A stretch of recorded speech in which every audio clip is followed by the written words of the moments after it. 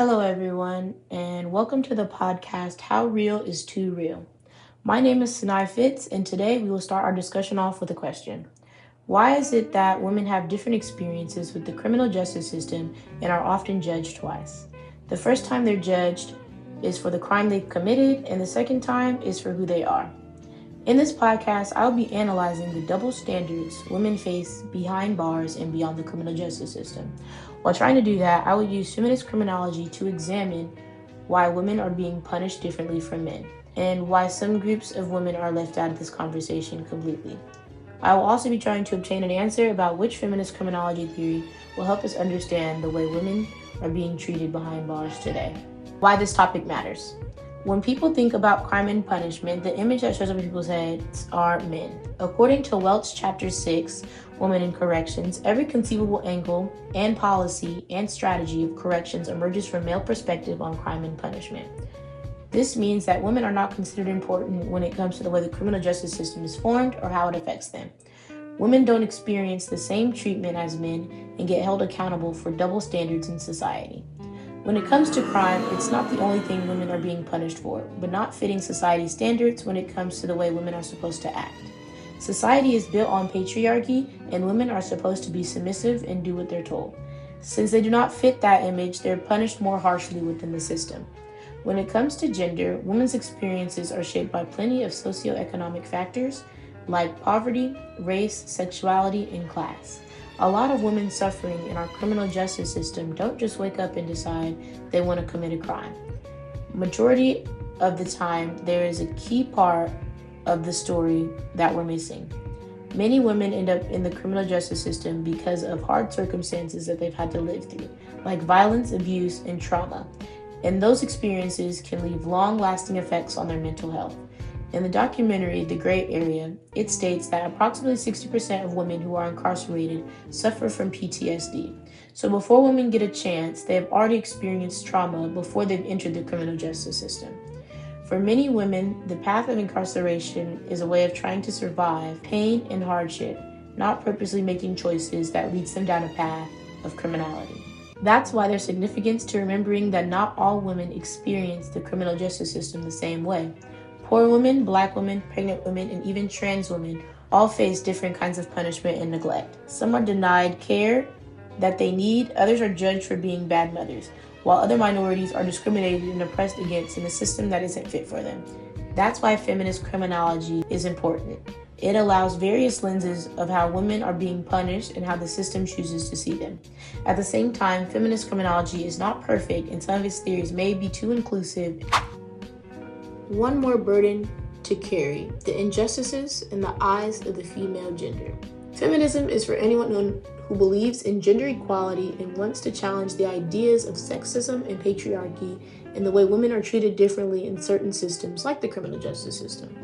Also, a major day that you should look out for is International Women's Day on March 8th, so make sure to mark your calendars. Now let's look at our first theory: liberal feminism. Liberal feminism argues that women's oppression comes from unequal opportunities they've experienced in education, employment, and in the law. This theory focuses on ideas that women are not inferior to men. Instead, women don't have the same starting line as men, and their gender is socialized against them.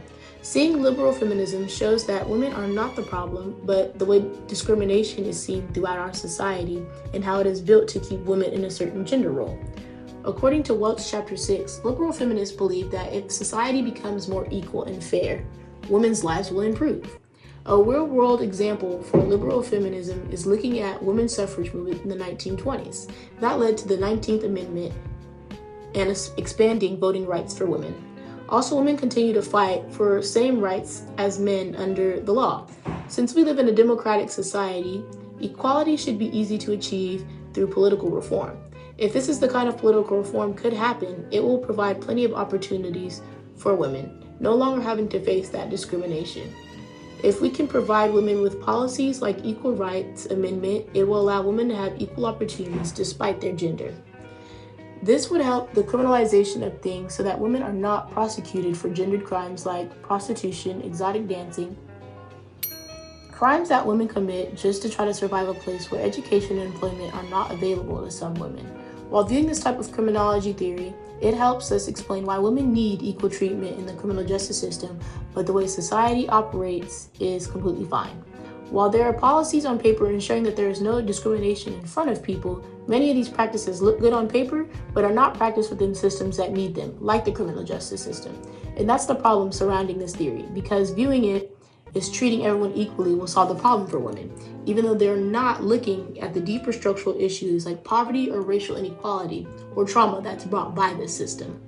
While liberal feminism gives us a great starting point, it's not telling everyone's story. So let's move on to the next theory, radical feminism. While looking at radical feminism, it argues that patriarchy is one of the main causes of women's oppression, since manipulative methods like violence, coercion, and intimidation. Radical feminists argue that the criminal justice system is built on idiocentric, male-centered ways of thinking. This means the system is inherently not neutral in providing justice for women. The majority of the time, the criminal justice system protects men with policies, laws, and reforms, but fails to treat women the same way when it comes to their needs being met. In this theory, it views that the patriarchal system is what's wrong with our society and not the individuals in the system that commit violent acts towards women. Radical feminism encourages separate spaces away from men since society thrives on sexism and male control, a solution that gives women freedom to make their own decisions without male control. The desire to control women shapes their lives and everyday experiences, like when they're in a relationship or also in the eyes of the criminal justice system.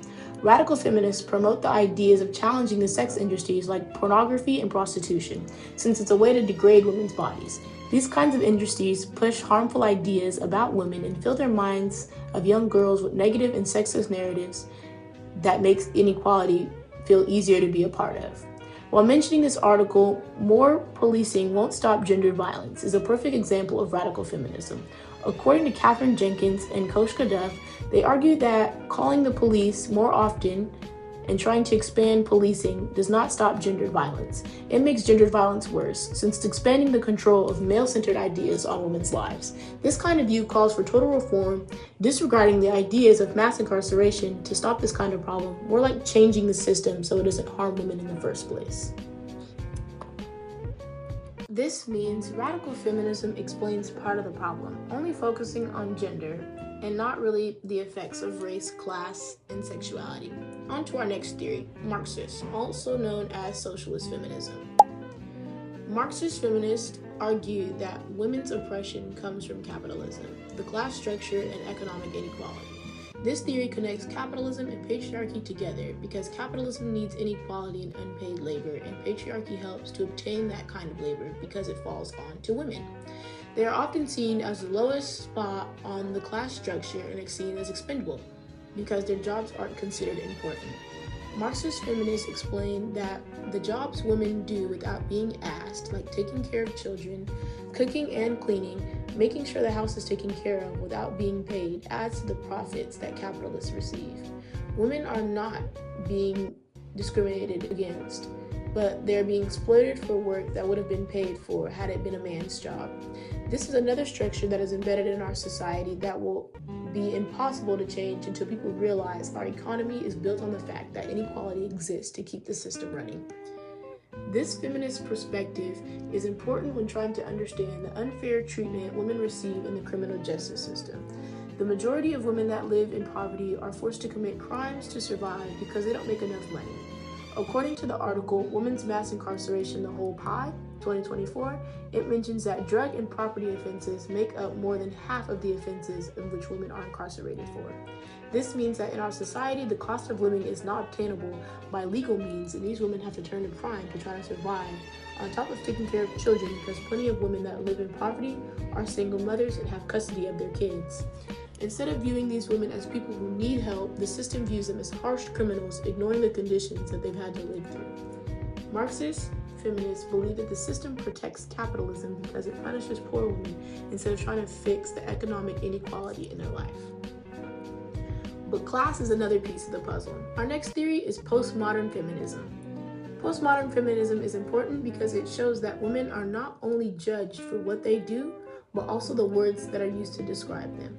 According to Welch Chapter 6, postmodern feminists think that the meaning is not fixed and it's created through interpretation. The language we use can reproduce reproduce gender inequality by attaching certain words to how women act, look, and are seen in society. Their identities surrounding a man and how women in the past were seen as men's property. That brought things on like gender persecution for acts of adultery. Postmodern feminism points out the way people use language and how those words are interpreted can devalue women's experiences and shape how everyone, including women, sees themselves. In the criminal justice system, this means that women are punished not for the crime, but also the dehumanizing language used to describe them. Labels like crack whore, bad mother, or prostitute can reduce women to nothing but those words. In the system, how you are viewed can change the way you're treated. In mainstream media, women in crime and punishment are often reduced to sexualized images used to attract attention. The same language that's used in law, courts, and news can either paint women as pure victims or as terrible criminals, with little room in between. This way of talking about women leaves out the full reality of their lives, things like trauma, poverty, and survival that many women have already experienced before they even get into the criminal justice system. Now are in a system that looks at them like they're defective. This theory matters because it allows that punishment is not only physical or legal, it's also about language, symbols, and culture. Real life examples. Looking at real examples, the limits of representation in the criminal justice system become obvious to people that don't even think about it. Our first example is how often minority women in prison deal with trauma, addiction, poverty, and family separation all at once. Using Welch Chapter 8, Minorities in Corrections, it states that minority women are also more likely to live in poverty. They must contend with the harsh realities of classism as well. This chapter goes on to explain class-oppressed men, no matter the race, white or black, still have privilege of being men in a society that's built on sexism, while class-oppressed white people still receive privilege for being white in a racist society. But when you mention a woman who is poor, black, and female, all three of the systems are stacked against her. Racism, classism, and sexism gives her the heaviest burden. This type of treatment does not discriminate with age. According to Women's Mass Incarceration, The Whole Pie, black girls in particular shoulder an added burden of adultification. Since they look older and are seen more responsible than their peers, they tend to have harsher consequences when it comes to punishment in the juvenile justice system. Looking at this from a feminist criminology perspective, it shows how theories and policies that treat women the same fail to accommodate factors like race, class, and gender that shape not only minorities women, but black women as a whole. Another example that would be good to mention is pregnant women in prison. When pregnant women enter the prison system, they face inconsistent, harsh, and dehumanizing treatment when interacting with prison guards. In Suarez's article, I Wish I Could Hold Your Hand, Inconsistencies, Interactions Between Pregnant Women and Prison Officers, the women describe how some officers would make them prove that they were in labor, while other officers showed compassion to women and provide them with support. This shows just how vulnerable pregnant women are in the correctional system when they're dealing with complicated emotions like fear and being in stressful situations. This article also mentions that prison officers are not trained at all when it comes to women's pregnancy systems or victim. This example shows that women are not just being punished for crimes, but how their system controls what happens to them in their bodies during pregnancy and in labor and delivery. For their final example, I would like to mention trans women story within the criminal justice system. The case I wanted to mention is Ashley Diamond, a black transgender woman who was wrongly placed in men's prisons and reported sexual assault was denied health care. In this article, the reform she advocated for was providing both safe placement for transgender prisoners and medically necessary care, including hormone therapy. Ashley Diamond's story showed how correctional systems fail in those roles. They often get subjugated to unfair treatment. Her experience shows just how harsh trans women face unwarranted violence, discrimination, and neglect within the criminal justice system. The fact that women are facing more than just a double standard in society. Which theory best fits? While analyzing the four theories, I feel like not a single one of those theories is complete. If I had to choose a theory, it would be postmodern feminism, because it talks about how language, labels, and negative stereotypes can affect women in the criminal justice system. Women are not only judged by the crime they commit, but how it looks in society. When it comes to liberal feminism, they argue the importance of equal treatment, but everyone has to be on the same starting line to receive the same treatment. Radical feminism blames male power but can overlook race and class and how it's involved in the policies that are promoted. Marxist feminists have a strong economic standpoint but don't capture the way identifying race is involved. Using postmodern feminism as a guide and combining it with other theories, I feel like it can fully capture the way the criminal justice system works. It will give us a full story about how women are punished and treated unfairly and often misunderstood in the criminal justice system. This helps us see crime and punishment is not just about providing justice, but understanding women entirely, both in and out of the criminal justice system. What should change? I feel like the solution would look like ending mass incarceration. Justice in the United States is equivalent to suffering in our society. The perspective on crime and justice no longer seems like it's doing any good. While more community-based solutions would help, plenty of people feel alone in our society, and it's very hyper-individualistic. This kind of outlook only increases crime because no one has the courage to ask for help and nobody's willing to give anyone else a chance. Using Miriam Kaba's as an example about redirecting billions of dollars that go to police departments towards things like healthcare, housing, and education, there wouldn't be any reason for crime to increase in a society that has hope for its citizens, no matter the gender, race, or class. So why is it that women have a different experience with the criminal justice system and are often judged twice? Well, the feminist criminology helps us answer that question and proves that women in the criminal justice system are more than criminals, but women that have lives and that are filled with inequality, and a system that was never built to help them only stigmatize them for their actions and punish the way that they were taught to survive. And that'll be all. Thank you.